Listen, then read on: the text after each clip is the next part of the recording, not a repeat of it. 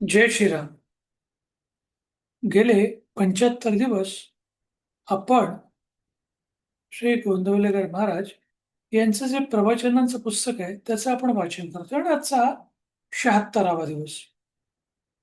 गोंदवले, सातारा, महाराष्ट्रातील हे थोर संत श्री ब्रह्मचैत्य गोंदवलेकर महाराज यांनी आपलं संपूर्ण आयुष्य हे श्रीरामाच्या नावाचा जप करण्याकरता आणि श्रीरामाच्या जीवनाची महती सांगण्याकरताच व्यतीत केलं. यांनी नामाचं महत्व काय आहे हे एकदम सोप्या सुटसुटीत भाषेमध्ये या प्रवचन रूपी पुस्तकात, जे 365 दिवसासाठी आहे, म्हणजे पूर्ण वर्षासाठी, आणि प्रत्येक पान हे एक पान हे एका दिवसाकरता, अशी 365 पानाचे प्रवचन रूपी पुस्तक लिहिलं. एका दिवसाच्या प्रवचनाच्या पानाला वाचायला साधारण 3-4 मिनिटं आणि स्लो असेल तर 5-6 मिनिटं लागतील. तुम्हाला समजा वाचण्याचा कंटाळा असेल, फिजिकल बुक, तर तुम्ही ऑनलाईन वाचू शकता. आणि तेही वाचायचा कंटाळा असेल तर तुम्ही अशा प्रकारचे जे वाचन केलेलं आहे त्याचं तुम्ही रेकॉर्डिंग ऐकू शकता. नाम कोणी घ्यावं, कधी घ्यावं, कुठे घ्यावं, कसं घ्यावं, का घ्यावं आणि त्याचे काय फायदे आहेत, हे त्यांनी या प्रवचन रूपी पुस्तकात शेअर केलेलं आहे. आणि नाम घेण्यासाठी कोणत्या प्रकारच्या धर्माचा, जातीचा, वयाचा, काळाचा, तुमच्या आर्थिक स्थितीचा, तुमच्या शैक्षणिक स्थितीचा, सामाजिक स्थितीचा, तुमच्या कोणत्याही, तुम्ही सकाळ, दुपार, संध्याकाळ, रात्री, झोपण्याच्या अगोदर किंवा सकाळी उठल्यावरती तुम्ही चालताना घेऊ शकता, तुम्ही बसून घेऊ शकता, तुम्ही झोपून घेऊ शकता. अशा प्रकारचे हे नाम, जे घेण्यासाठी कोणत्या प्रकारचा खर्च येत नाही आणि कोणत्या प्रकारचा त्रास येत नाही. असं एवढं साधे, सोपी साधना आपल्याला महाराजांनी दिली आणि सगळ्या संतांचं हेच साधन आहे. बऱ्याच प्रमाणात जे आजकाल लोकं म्हणजे तीर्थाटन करतात किंवा बऱ्याच ठिकाणी जातात. पण मी काही त्याच्या अगेन्स्ट नाही. पण सगळ्यात सोपी जी सेवा सांगितलेली आहे, ती नामस्मरणाची, आणि त्याचे इफेक्ट, त्याचे रिझल्ट्स देखील छान आहेत किंवा हे जास्त मोठ्या प्रमाणात आपल्याला मिळू शकतात. तर ह्या नामस्मरणाचे जे 76व्या दिवसाचं हे जे पान आहे, त्याचं शीर्षक आहे, प्रपंचातील आसक्ती कशी कमी होईल. आज आमची स्थिती कशी झाली आहे पहा. प्रपंच आम्हाला सुटत नाही. भगवंताचं प्रेम आम्हाला पाहिजे. या प्रपंचावरचेच प्रेम न सोडता आम्ही भगवंताचे समाधान लाभावे, अशी आमची इच्छा आहे. खरोखर प्रपंचातले आमचे हे प्रेम व्यभिचारी आहे. प्रेम ही वस्तू आहे, अशी आहे की ती एकाच ठिकाणी ठेवता येईल. एका महिन्यात ज्याप्रमाणे 2 तलवारी राहू शकत नाही, त्याचप्रमाणे प्रेम मिळवण्यासाठी आम्हाला प्रपंच सोडायलाच पाहिजे, असे नाही. म्हणजे प्रेम आम्हाला 2 ठिकाणी ठेवता येणार नाही. म्हणजे आमचे खरे सुख एक भगवंताजवळ आहे आणि ते मिळवण्यासाठी आम्ही प्रपंच सोडायला पाहिजे, असंही नाही. आता आपल्याला हे त्याने सांगितलेलं आहे, की आपण संसारिक लोक आहोत. संसारिक लोकांना प्रपंच करणं हा त्यांचा गुणधर्म आहे किंवा ही त्यांची बेसिक नीड आहे, गरज आहे. आणि हे संत की कोणीच नाकारू शकत नाही. संतांनी आपल्याला फक्त एवढंच सांगितलंय, की तुम्ही तुमचा प्रपंच करत असताना फक्त तुम्ही नामस्मरण करा किंवा तुम्ही त्या परमात्म्यावरती श्रद्धा ठेवून, त्याच्यावरती प्रेम करून तुम्ही ह्या नावाचा जाप करा. जेणेकरून तुम्हाला तुमची प्रगती साधता, तुमच्या जीवनामध्ये चिरकाळ टिकणारा आनंद मिळू शकतो.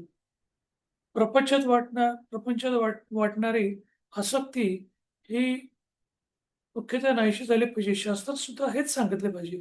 शास्त्र हे अनुभवांचं बनलेले आहे. आमचा अनुभव काही शास्त्राबरोबर पडताळून पाहत नाही. प्रपंचाची खरी किंमत आम्हाला कळल्याशिवाय त्याच्याबद्दल वाटणारी आसक्ती कमी होणार नाही. म्हणजे कोणत्याही गोष्टीची आपल्याला जेव्हा किंमत कळते, तेव्हाच आपण ती गोष्ट जपून वापरू शकतो किंवा व्यवस्थित वापरू शकतो. हे त्याचे फायदे तोटे आपण समजून घेऊ शकतो. आज प्रपंचात सुख नाही हे अनुभवाला येऊनही त्याची आसक्ती आम्हाला सुटत नाही. ती आसक्ती सुटायला काय मार्ग आहे, तो आम्ही पाहणे अगदी जरुरी आहे. प्रपंचाची आम्हाला गरज किती आहे, एकदा मनुष्य फिरायला जाताना हातात काठी घेतो, त्याला हातात काठी घेणे भूषण आहे असे कोणी म्हणत नाही. त्याचप्रमाणे भगवंताकडे जायला प्रपंचाची आम्हाला आधारापुरतीच गरज आहे. हा प्रपंच करत असताना त्याची आसक्ती कमी होऊन भगवंताचं प्रेम मिळण्यासाठी शास्त्रांनी घालून दिलेली बंधने आम्ही पाळली पाहिजेत. आणि त्यासाठी आपले आचार-विचार आणि उच्चार आम्ही सांभाळणे जरुरी आहे. म्हणजे आपण देवाची जी काही पूजा करतो किंवा नामसाधना करतो, हे करत असताना आपले आचार, विचार आणि उच्चार हे देखील चांगले असावेत. म्हणजे आपण आपलं आचरण कसं ठेवावं? तो लोकांबद्दल असूया नसावी. त्यांच्याबद्दल नेहमी प्रेम असावं. त्यांना उलटं-सुलटं बोलू नये. त्यांच्याबद्दल वाईट विचार करू नये. आपण चहाडी, चोरी, लबाडी करू नये. अशा बऱ्याचशा गोष्टी आहेत, त्या आपण आचरणामध्ये आणल्या पाहिजेत. आपले विचार देखील त्यासाठी चांगले ठेवले पाहिजेत आणि त्याचप्रमाणे आपलं बोलणं देखील चांगलं असलं पाहिजे. लोकांना जे आवडेल किंवा लोकांना समजावून सांगता आपल्याला आलं पाहिजे. या सगळ्या गोष्टी केल्या, की नामस्मरण केल्याचा तुम्हाला डेफिनेटली फायदा होणारच आहे, असंच महाराज सांगतात. आपण आपल्या संस्काराप्रमाणे वागलो, तर निवृत्तीमध्ये जाऊ. कारण आपली प्रवृत्ती सर्व निवृत्तीपरच आहे. हेच शंका नाही. आता यापुढे आपण रामाच्या नावाचा प्रपंचाचा धंदा करूया, म्हणजे नफा-तोटा त्याचाच होईल. म्हणजे नफा-तोटा जेव्हा आपण करतो, तेव्हा बरेचसे लोकं स्वतःहून किंवा आपल्याकडे एखादा बिझनेस पार्टनर घेतात. आता समजा आपण फक्त त्याच्याकडे काम करतोय, तर त्या बिझनेसमध्ये नफा-तोटा झाला तर आपला तोटा होणार नाही. हे नफा झाला तर मालकाचाच, तोटा झाला तरी मालकाचाच. म्हणून हा प्रपंच करत असताना तो रामाचा आहे असं समजून करावा. म्हणजे नफा झाला तरी त्याचा आणि तोटा झाला तरी त्याचाच. आणि आपण आपल्या आनंदाने आपल्याला जे हवं असेल ते आपल्याला प्रत्येक महिन्याला मिळत राहणार आणि त्याच्यामुळे आपल्याला कोणत्याही प्रकारची काळजी वाटणार नाही, असे उदाहरण देण्याचा महाराजांनी प्रयत्न केला. प्रपंचात सदाचाराने वागावे. सदाचार हा मूळ पाया आहे. नीतिधर्माचे आचरण ठेवावे. नीतिधर्माची बंधने ही आमचे विकार आवरण्यासाठीच आहेत. विचाराने अत्यंत पवित्र असावे. कोणाचा द्वेष, मत्सर करू नये आणि दुसऱ्याचे अहित चिंतू नये. उच्चार तर फार सांभाळले पाहिजेत. नेहमी सर्वांशी गोड बोलावे.